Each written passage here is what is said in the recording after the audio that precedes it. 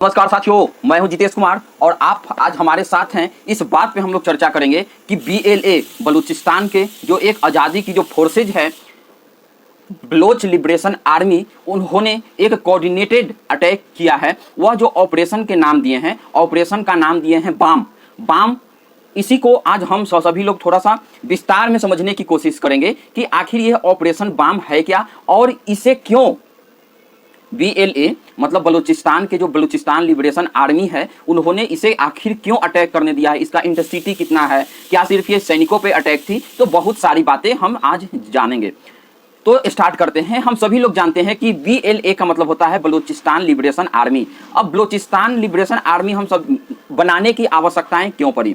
तो Balochistan liberation army बनाने की आवश्यकताएं इसलिए पड़ी क्योंकि बलूचिस्तान पे पाकिस्तान जो है वह अपना दबदबा जानबूझकर बनाए हुए है। या हम बोले कि बलूचिस्तान को पाकिस्तान की जो फोर्सेज है वह अपने अंदर अपने कब्जा में लिए हुए है, अपने कब्जा में जबरदस्ती। जबकि जो बलूचिस्तान प्रांत है वह अभी जो है वह पाकिस्तान, ईरान और अफगानिस्तान तीनों एरिया में यह फैला हुआ है। यह एक कंप्लीट अपना समझिए कि देश है, लेकिन आपसी फूट जो शुरू में था, ये लोग इतना कमजोर थे और इस्लाम के प्रति झुकाव हो इन लोगों का ज़्यादा था। और उस टाइम जब पाकिस्तान आज़ाद हुआ तो इन लोगों को ज़्यादा से ज़्यादा एक ऑफर दिया, इन लोगों को लालच दिया कि हम भी इस्लाम, तुम भी इस्लाम, इस्लाम इस्लाम, भाई भाई।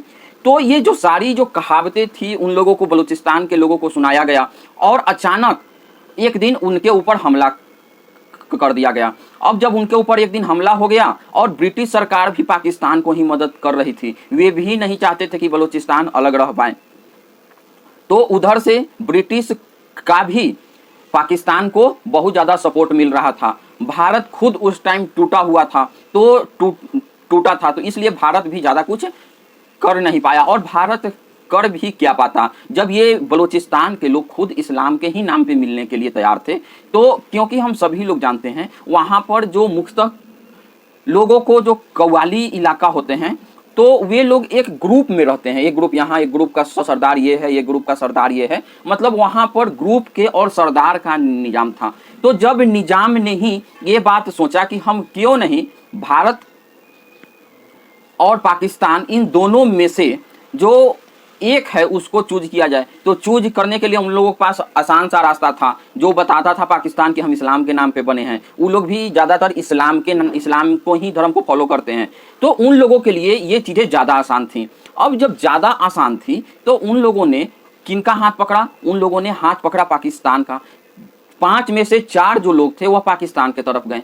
एक जो थे वह विरोध कर रहे थे कि हम आज़ाद रहना चाहते हैं। तो जो एक विरोध कर रहे थे, अब पाकिस्तान के लिए आसान हो गया कि हमला जो करना है वह सिर्फ और सिर्फ एक के ही ऊपर करना है। तो उन्होंने एक के ऊपर ही हमला किया और जैसे ही उसके ऊपर हमला किया तो वे भी सरेंडर हो गए। तो कहने का मतलब है कि बलूचिस्तान के लोगों ने शुरुआत में खुद अपना उन लोगों को दावत दिया कि आइए और हमें गुलाम बनाइए। अब क्या है कि बलूचिस्तान जो है अभी पाकिस्तान जो एरिया कब्जा किए हुए हैं, तो समझिए कि एक साइड अकेला जो पाकिस्तान में 3 है, पंजाब, सिंध और उधर वाला खैबर पख्तूनख्वा वाला इलाका, इन तीनों इलाका मिलाकर यह टोटल बनता है 51%। और तो और अगर हम लोग इधर सिर्फ बलूचिस्तान की जो एरिया देखते हैं यह 49% है। तो मतलब आधा आधा अभी अगर बलूचिस्तान पाकिस्तान से अलग हो जाए तो पाकिस्तान के पास मात्र अभी जो 51% इलाका जो है वही बचेगा और 49% इसके हाथ से चला जाएगा। अब दूसरा ये बात आती है कि जो 49% जो अभी जगह है या जो 49% जो जमीन है वह में सिर्फ खेती होती है या क्या है? तो देखिए वे ज़्यादातर पहाड़ी इलाका है और पहाड़ी इलाका होने के साथ साथ वहाँ पे अर्थ मिनरल का सबसे ज़्यादा भंडार है और ग्वादर पोर्ट उसी के पास से ही लगता है। मतलब एक साइड समुद्र है, दूसरी ओर पहाड़ है। इसका मतलब ये हो गया कि उन लोगों के पास अर्थ मिनरल बहुत ज़्यादा है। वे लोग बलूचिस्तान का प्रांत अर्थ मिनरल से रिच हैं। अब अर्थ मिनरल से रिच हैं, अब पाकिस्तान उस पर ज़बरदस्ती अपना कब्जा बनाए हुए है। कब्जा बनाने का जो मेन कारण है कि वहाँ से एक तो अर्थ मिनरल मिल रहे हैं, बाकी वे लोग क्योंकि अलग अलग कबीले में रहते हैं, आपस के कबीले में ही उन लोगों का सबसे पहला बहुत ज़्यादा टकराव है। तो वे सभी लोग मिलके पाकिस्तान के अंदर एक हॉस्टाइल कंडीशन बना चुके हैं बलूचिस्तान को। अब वहाँ से जो जितने भी, जैसे रोकोटेक से वहाँ से सोना सबसे ज़्यादा मात्रा में निकलता है, वह सारी कंपनियाँ चीन को, अमेरिका को, अब जापान को वह कंपनियां में शेयर भी बेची हुई है। पाकिस्तान भी कुछ शेयर लेता है और बाकी उन लोगों को, मतलब वह एरिया किसका है? बलूचिस्तान का, लेकिन शेयर किसको है? पाकिस्तान का। उससे बलूचिस्तान को क्या मिला?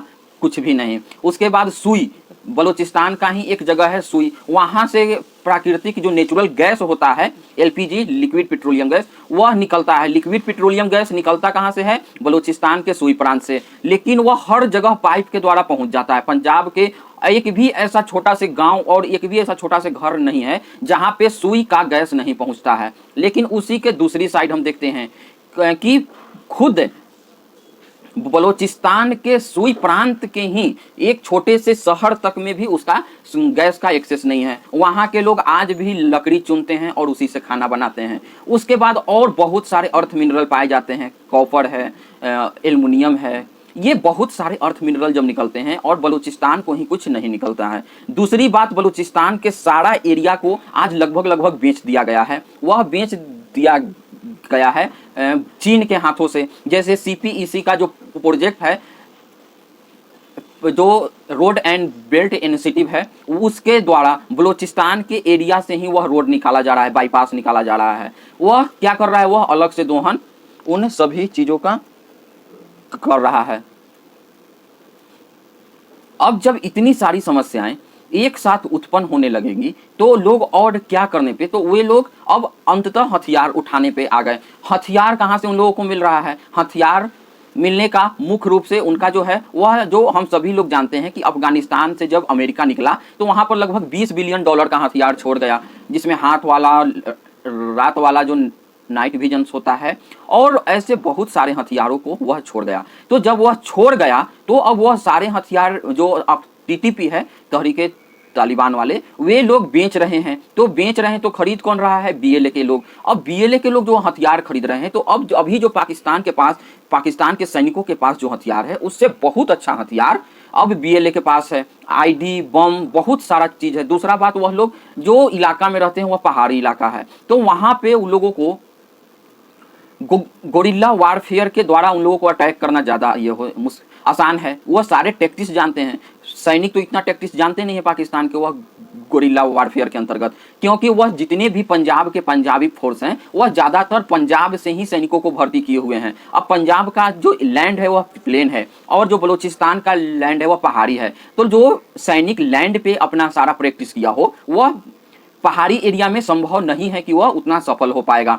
तो जब सफल, तो इसीलिए जो बलूचिस्तान के ओर से ऑपरेशन बाम और लॉन्च किया गया, तो एक दिन में 17 जगह, बहुत बड़े बड़े मेजर जगह हमले किए गए। और ऐसा नहीं है कि एक ही जो ग्रुप है वह वहाँ पे हमला कर रहा है। एक ग्रुप यहाँ से हमला करना स्टार्ट किया तो वह सारे जगह पहले ही लोकेशन लेकर बैठ चुके हैं। अब लोकेशन लेके जब सारे जगह बैठ चुके हैं तो उनको लिए एक बार में 17 जगह हमला करना, जहाँ जहाँ उनके सैनिक के अड्डे हैं या कॉन्वॉयस पाकिस्तानी सैनिक के मूव कर रहे हैं गाड़ियों के द्वारा, तो उनको आगे रोक कर पूरी तरीका से एसिनेट कर देना। अब इसके अंदर हो यूँ रहा है कि जब इतने सारे सैनिक एसिनेट हो गए हैं, 17 जगह अटैक किया गया, तो बहुत सारे सैनिक एसेट खत्म हो गए हैं। लेकिन अभी बोला जा रहा है कि बीएल वालों ने बोला है कि यह जो ऑपरेशन बाम है, ऑपरेशन बाम का जो मतलब होता है वह होता है नई उम्मीद, नई किरण, कि यह एक नई उम्मीद है और नई किरण है जिससे हम